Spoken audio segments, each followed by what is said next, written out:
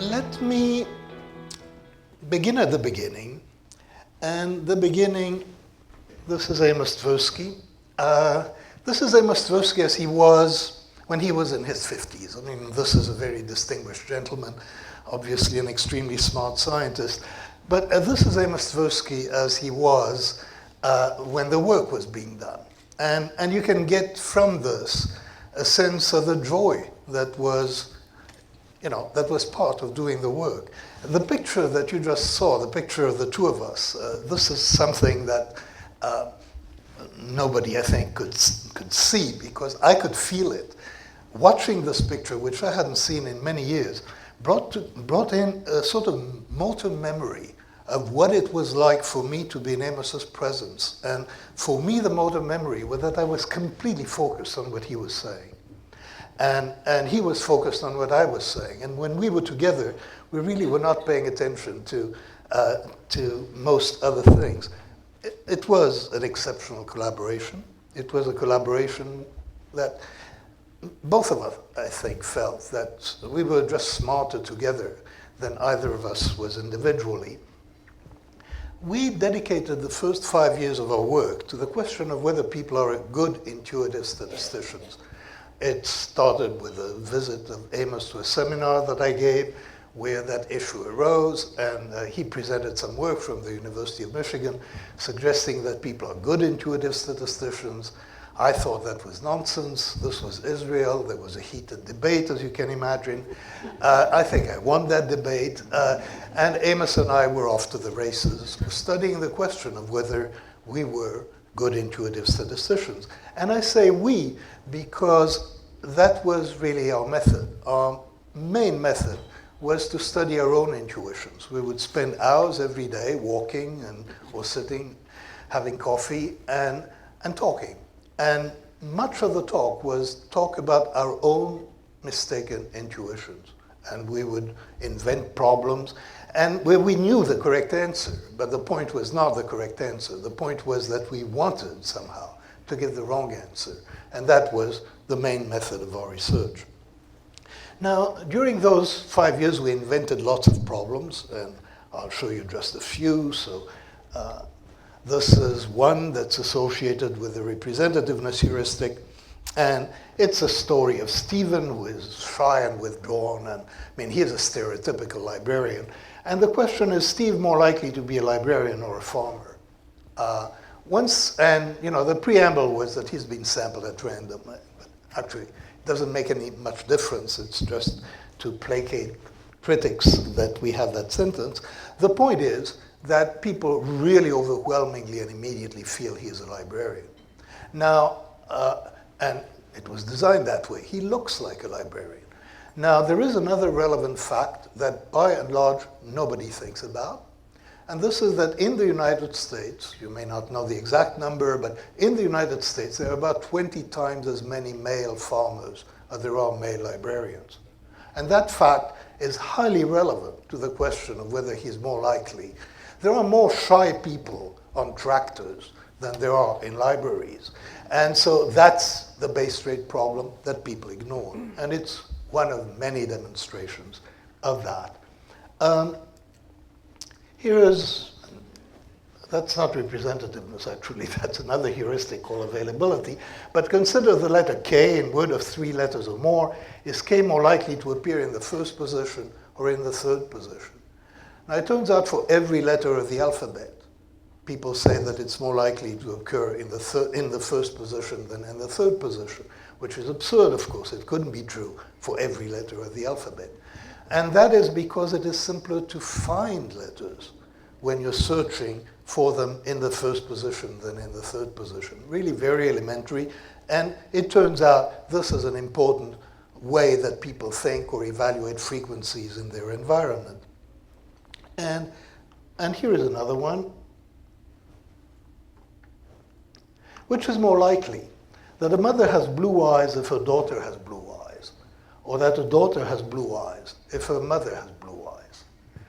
And people have an immediate intuition. It's actually quite powerful that you can predict the daughter better than the mother. But if you stop to think about it, the probabilities are precisely equal if the distribution of eye color is the same across generations. What happens is that people seem to favor reasoning along the causal flow. And when you reason along the causal flow, from the early to the late, or from the prominent to the less prominent, it's more comfortable, it flows easier. And when it flows easier, it looks more probable. So those were the kinds of problems that we invented. And you can see that it was fun to do. And what we were documented were biases. And what I mean by bias is a type of error. It's a systematic error. It's a predictable error. So this is what we did. 5 years later, after we started in 1974, we published an article in Science magazine which reviewed the work that we had done. And that article had an impact across disciplines which was much, much larger than we had anticipated. In fact, we hadn't anticipated very much. But the article was very widely read, and it turns out to have been quite influential. It's still alive. People are still citing it quite a bit.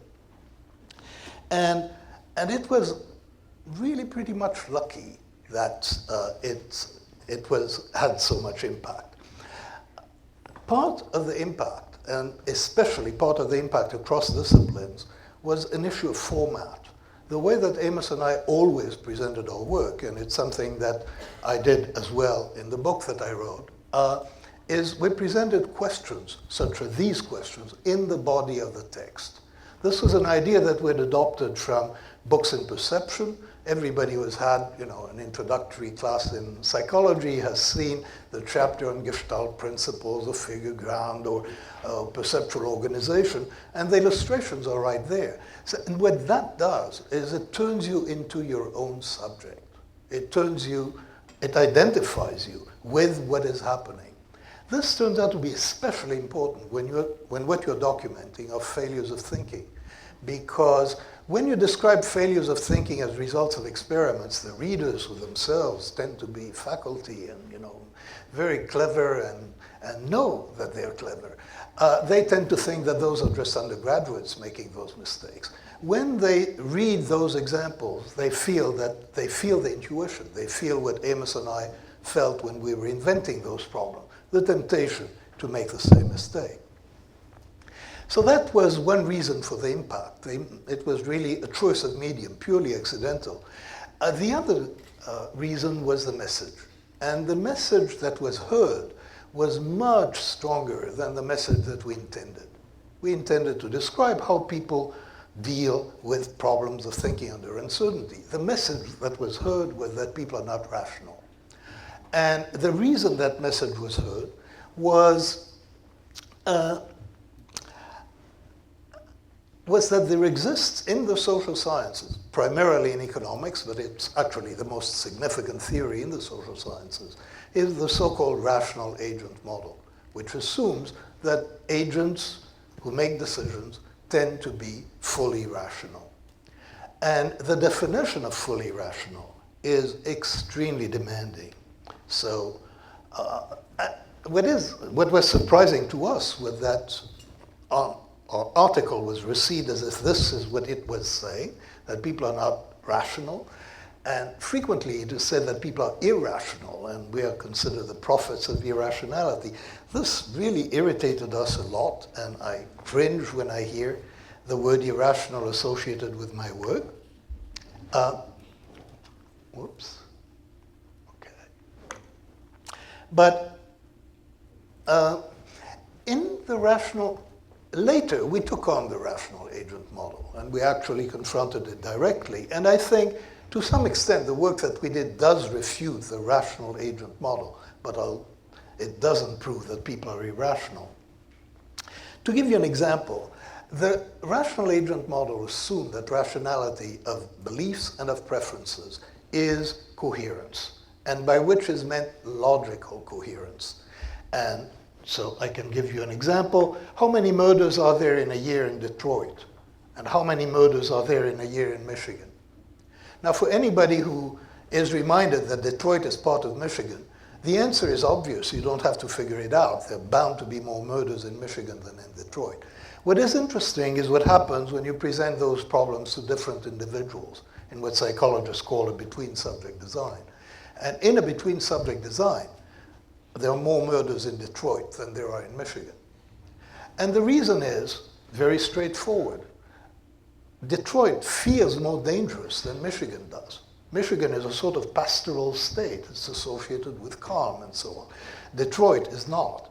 And this is what people do. And so when people are asked that question, although they could reason if they saw both options, when they see only one option, they respond in a way that causes them to.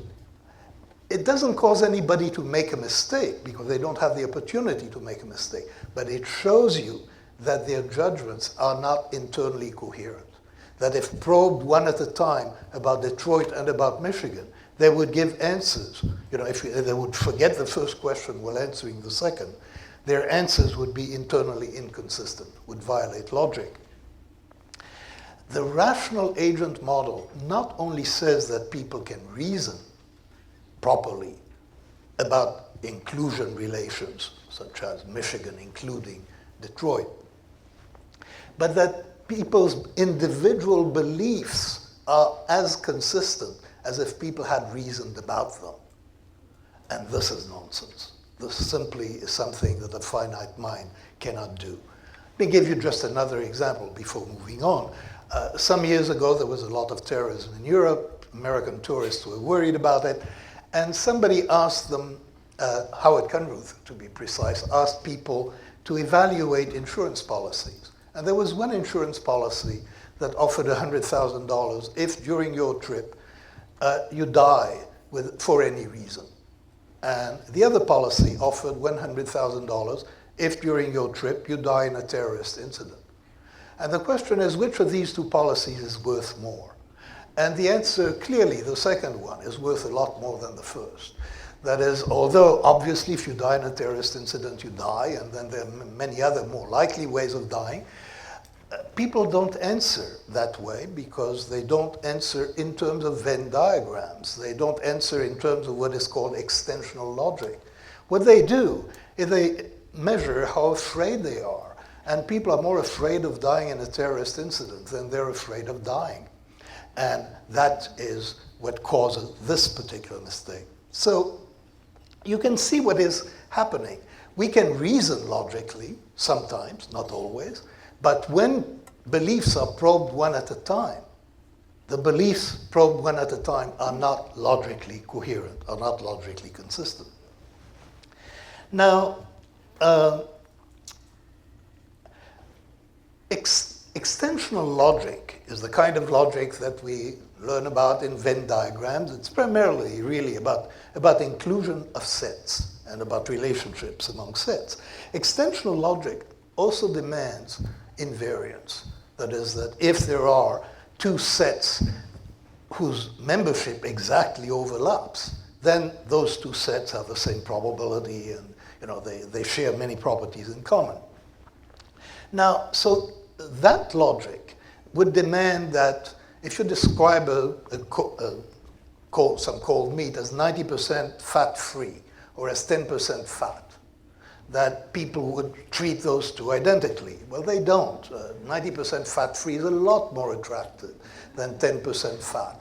If you describe a medical procedure, surgery for lung cancer, as causing within the first month 10% mortality, or as being associated with 90% survival, people are much more likely, that includes physicians, to pick the surgery if it is described as 90% survival than as 10% mortality. Those are violations of really the fundamental assumptions of the rational agent model. So the rational agent model is false, but people are not irrational. Irrationality to me means something entirely different. It means sort of frothing at the mouth. This is not what people do. People are reasonable. And as my friend Dick Thaler likes to say, people are human. And they reason like human, which is not stupidly, which is not irrationally. It's just different. It is not what the rational agent model prescribes. In fact, our intuitive thinking is also dominated by a kind of coherence, except it's a different kind of coherence. And I will call it associative or associative and emotional coherence. And the basic notion here is not entailment, or logical entailment, or implication. The basic notion here is a notion of fit. How well do things fit together? So this is a familiar example. You have those two pictures, and you have two words, Takiti and Maluma, and which word belongs to which picture? And nobody ever hesitates for a moment. It's absolutely obvious. There is a sense of fit, that one of these fits the other much, much better than if you inverted it. Now, that's a kind of coherence.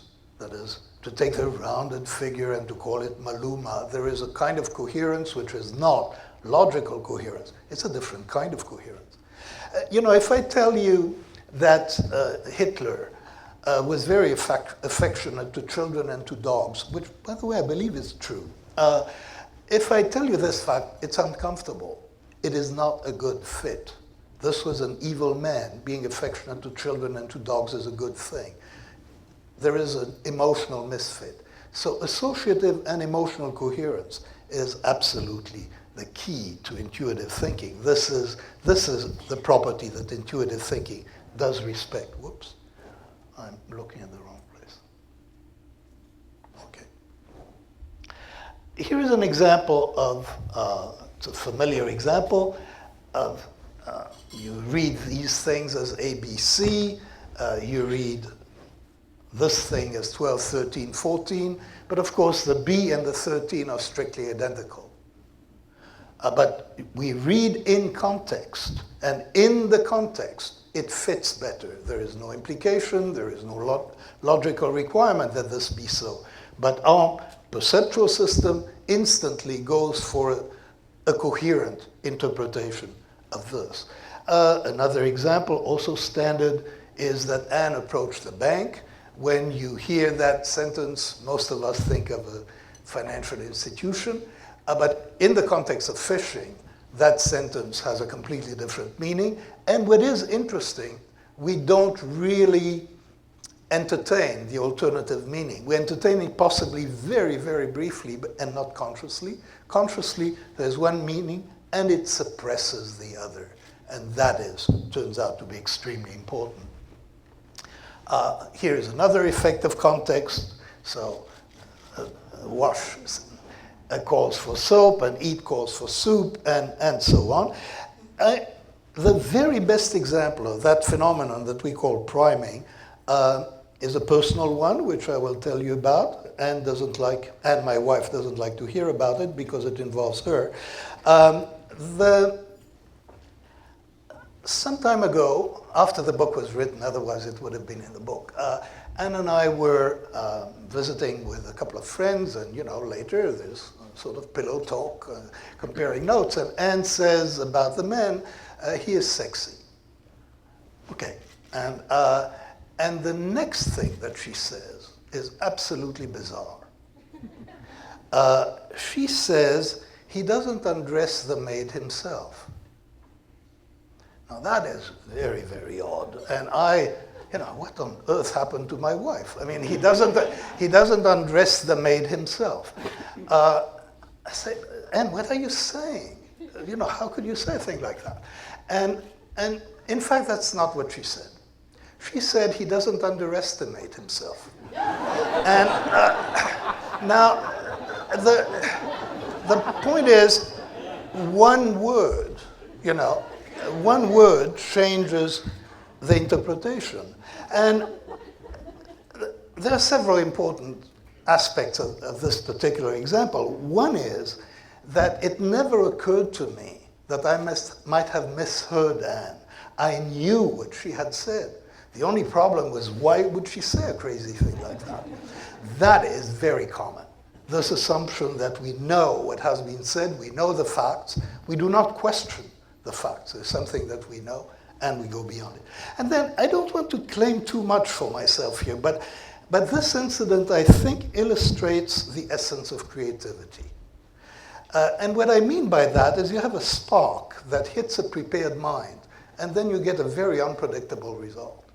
That is, the spark is the stimulus, the mind is prepared, and you get an interpretation that, nobody here saw it. It's not only me.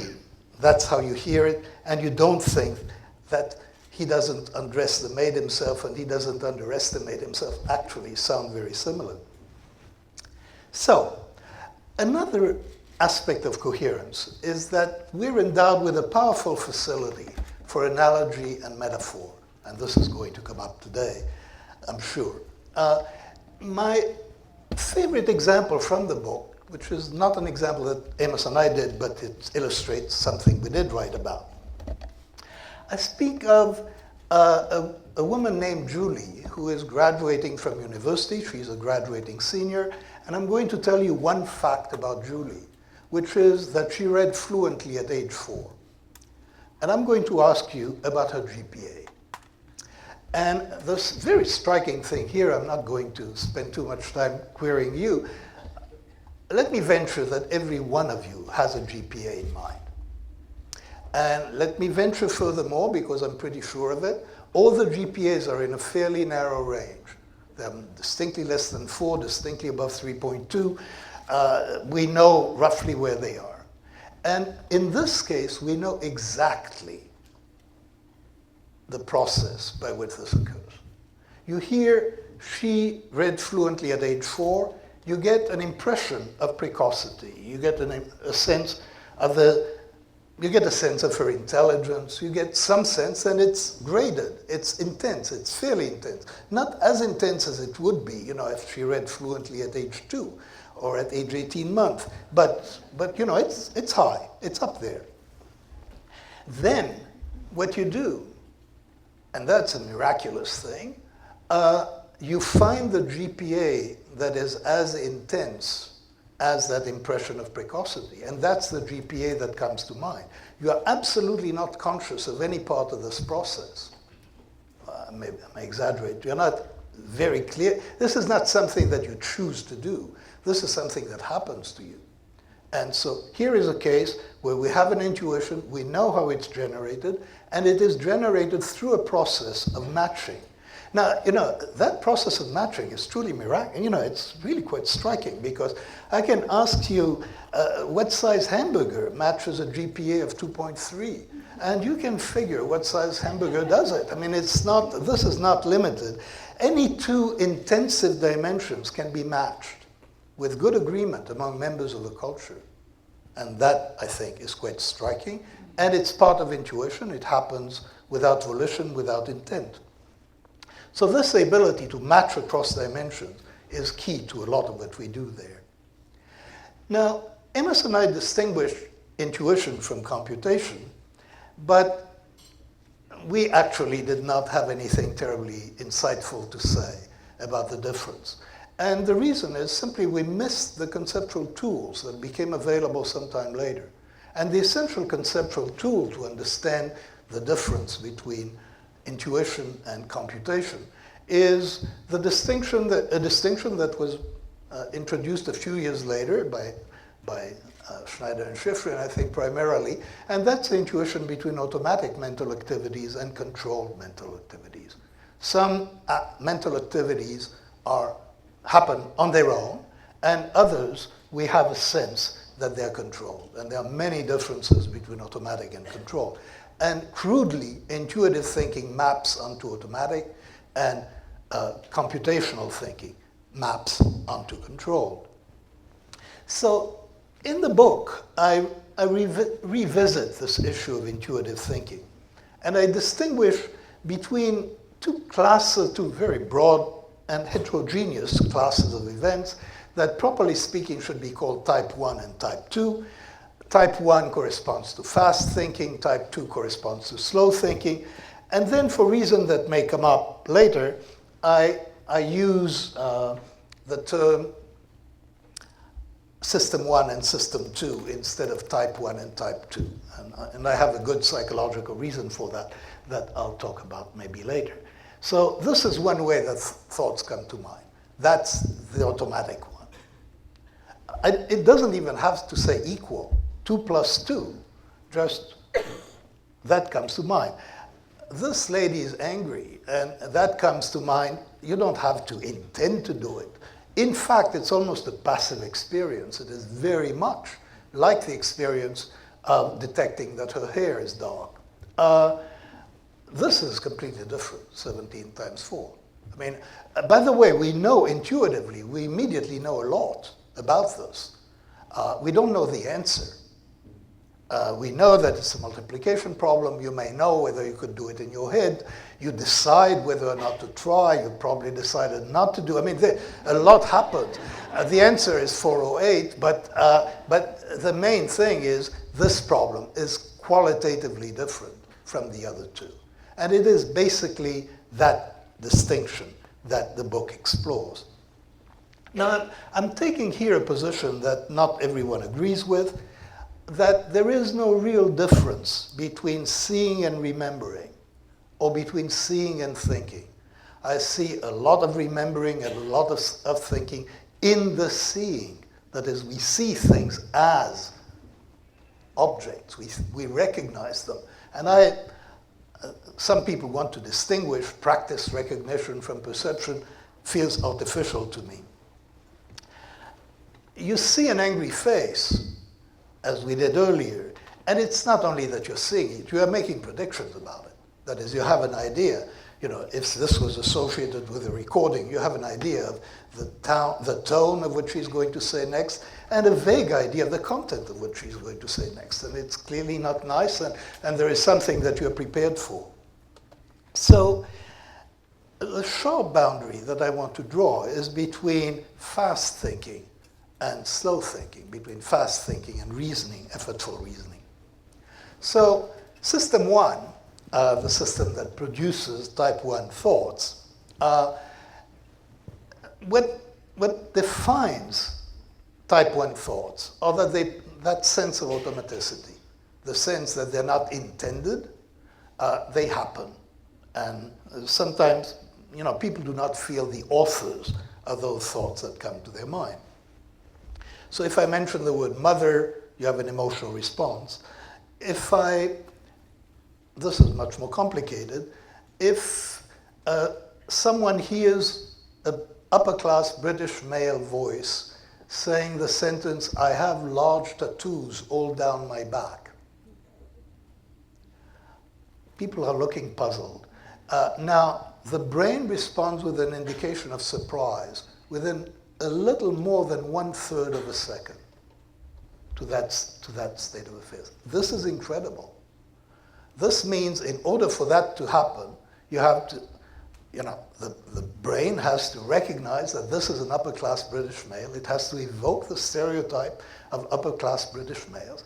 It has to find that, large tattoos down the back is not characteristic of these people.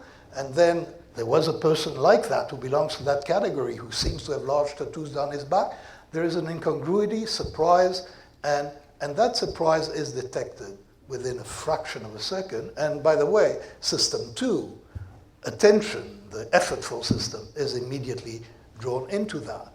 That's performance of a very high order. System 1,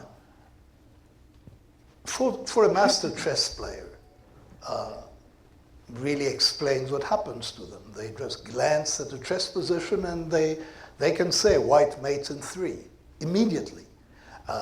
System 1 causes, for master chess players, all the moves that occur to them are strong moves.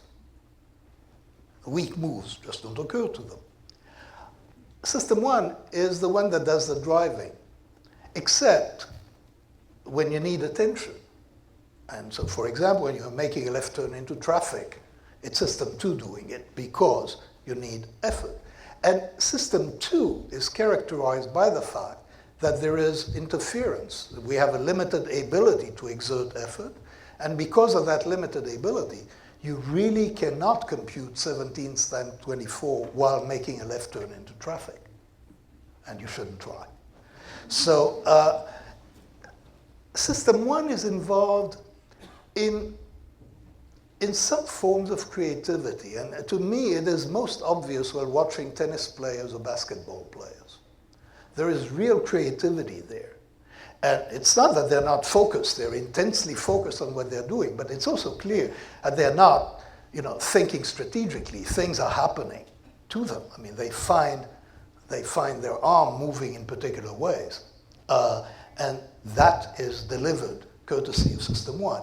So if we summarize this, System 1, as I understand it, is where perception comes from. System 1 is the repository of world knowledge. System 1 is the repository of skills. System 1 is the source of creativity.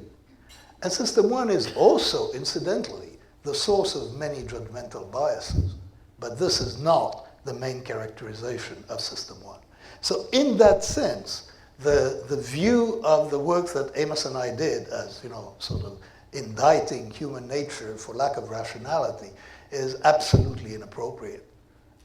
Because in fact, System 1 is much more, it is both flawed and marvelous, but at least to my mind, the marvels are more impressive than the flaws. System 2, the effortful system, is really quite different. It's the one that we normally, when we think about thinking, we think about System 2 thinking. We think about thinking that takes time and that takes effort. System 2 is involved in reading a map. It is active and it is deliberate. And when when performing System 2 operations, most of us, we have the feeling that we're the author of these thoughts, that this is something that we're doing, as against something that is happening to us. And it involves effort, and how do we know that it involves effort? We know it both by physiology, the pupil dilates in particular, and because activities that demand effort interfere with each other, which is why you can't make a left turn into traffic while performing a computation. But there is another function of System 2, which is extremely important, and this is quite different. And for some people, it would justify splitting System 2, and Keith Stanovich, who is the author of these terms, would now prefer splitting it. And that is a function of self-monitoring and self-control. And why do I lump reasoning and self-monitoring? Well, for the simple reason that self-monitoring demands attention. And you can interfere with self-control and with self-monitoring by loading memory. So when you just put 7 memories in people's digits and tell them, keep those in mind, you'll be tested later, and then you give them other tasks to perform, their performance on many tasks is profoundly altered by the fact that they have to retain those digits. Basically, their capacity is constrained, the power of System 2 is constrained, and activities that demand, including self-control. So people use more sexist language when they have 7 digits in their mind than when they don't, and there are a wide variety of other examples. So we are, when we think of who we are, we think we are System 2. But, I describe System 2 as, in my view of the mind, System 2 is a supporting actor who thinks that he's the hero. I mean, the real hero of the story, when you're thinking of how the mind works, ought to be System 1. And the metaphor I have for how those two work together is, I'm not sure it's it's the best I have. It's the metaphor of a press room, of a room with journalists and an editor. And the editor is overworked, and the editor is lazy, and there are people writing stories, and they're putting it in front of the editor, and the editor has the task of endorsing or rejecting or asking for a modification or passing it on to another operation. And I think of System 2 as that lazy, overworked editor. But basically, the newspaper is written by System 1. The newspaper is written by those who generate the copy. And what mostly happens is that System 2 endorses the suggestions of System 1. So System 1 comes up with impressions and vague beliefs and vague intentions. Those are endorsed by system 2, which doesn't take very much effort, and then the system proceeds. Now, so that's, all of this is a more favorable view, I think, of intuition than would be suggested by our early work. Let me spend the remainder of my time on sort of trying to bring this together. There are some characteristics of System 1 that make it interesting, and those characteristics are in part very closely related to basic characteristics of perception. So, you know, everyone has seen this figure, but the important part of this figure is that at any one time, one of the interpretations suppresses the other. And it's this suppression of alternatives is, I think, a key to the function of the intuitive system generally. That is. And because of it, we live in a world that is simpler than the real world is. Because alternative interpretations tend, there is a suppression process and a winner takes all, or winner takes most. Whoops. I'm absolutely not in control of this. Here we go. That. Okay. Keeping two interpretations at once, keeping in general two ideas at once, seems to be a problem for System 2. It seems to demand attention. Choice demands attention. Whereas responding to stimuli that are present one at a time seems to be something that can be done effortlessly. Now, that tells us something about what subjective confidence is, and it tells us something about how a two-system mind knows things, or more precisely, thinks that it knows things. The subjective confidence in a rational system should be an opinion. It should be the opinion that you have about the quality of your own thoughts. So that's the subjective confidence you ought to have. This is not the way subjective confidence is generated. Subjective confidence is generated by a sense of fit. It is actually a measure of associative coherence. So when the interpretation that you have of the world makes sense, you have confidence in it. It's an internal measure, and it is a feeling, not a judgment. And so we can have very high confidence in opinions that are based on very, very poor evidence, even when we know that the evidence is poor, because it is the coherence of the information that determines confidence and not a judgment of its quality. Then there is the word no, which I think is a very interesting word. In language, there are two conditions for using the word no. One is that there should be no doubt, so that's what distinguishes knowledge from belief. And the other is what you know should be true. This is part of the definition of knowledge in the regular, in everyday language. Now, scientists think that, they have a handle on what it means to know, and it depends on evidence, and you have to be able to prove what you think you know to other scientists. But other people just don't agree with scientists on this issue. We do not have a monopoly on knowledge. And I would say that, the religious fanatics out there, they know. And they know no less than we scientists do. The sense of knowledge is very much the same. And so how do they know? Well, it turns out that the question might be, how do we know? Because the reason that I believe in science is basically that I believe in people who have told me scientific facts. And those are people I trust, and those are people I like, and those are my people. And so that's what makes me that science is my faith. But if I liked and trusted people who were telling me other things, I would believe and know other things. Knowing is simply having no alternatives. It is the absence of alternatives that determines knowledge. And knowing is more a state of system 1 than it is a conclusion of system 2. If we want to understand where the biases come from that Amos and I studied, they come from a variety of characteristics of system 1. But there is one that I want to develop in particular. And this is that the perceptual system is about individuals. It's about individual objects. And if you see a flock of birds, it is an object at that level.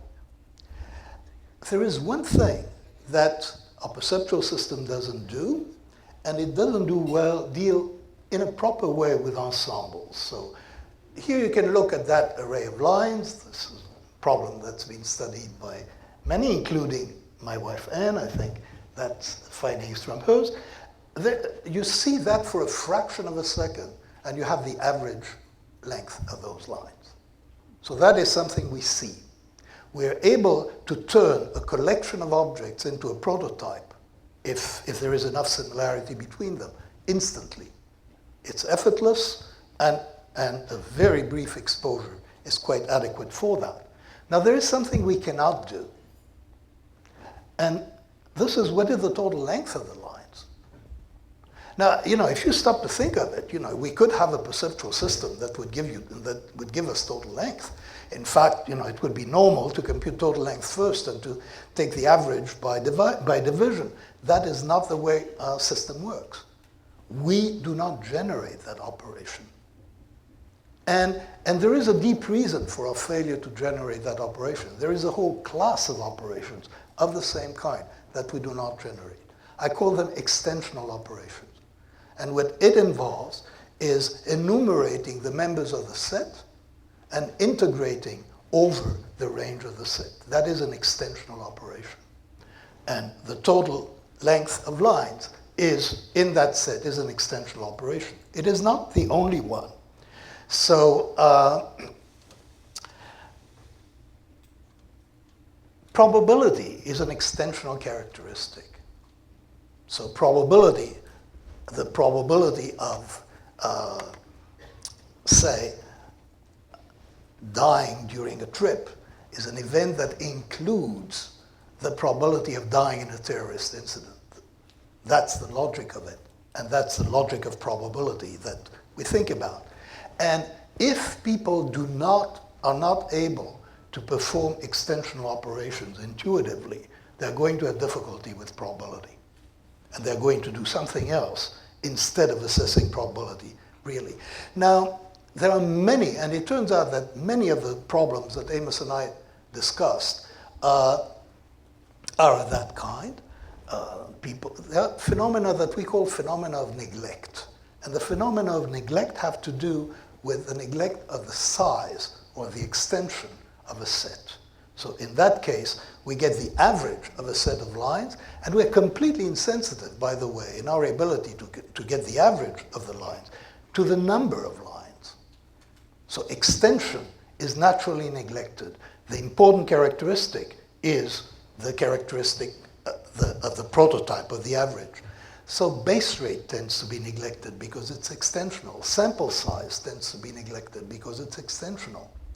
And most of the phenomena that we dealt with are of that nature. You can get paradoxes when you neglect extension. So when you neglect extension, Detroit can have more murders than Michigan because Detroit is more dangerous than Michigan is. Danger is a non-extensional attribute, and we think non-extensionally, and that's what we do. Extensional thinking we're capable of, but it demands system 1. I will just mention, I have 20 seconds, I may take another 30. I will just mention that these phenomena are not restricted to the domain that Amos and I studied, that is, to the domain of thinking under uncertainty. If you undergo a medical procedure and somebody asks you about the total pain that you experienced, you are going to be completely insensitive, actually, to the duration of the pain. So I'll show you one slide. It's my last. People had an unpleasant medical procedure. These days it's innocuous, but then when the experiment was run, it was quite painful, colonoscopy, and their pain ratings were obtained from them as they were going through the procedure, and then at the end they were asked about the total pain they had experienced. And the total pain was entirely determined by a weighted average of 2 moments, the peak pain and the pain at the end. The duration had nothing to do with it. So although you're asking for total pain, which logically should be an integral, that's not what you're getting. And there are phenomena, so this is not statistical, this is something else, and I could go on because there are many other examples of that general kind. So,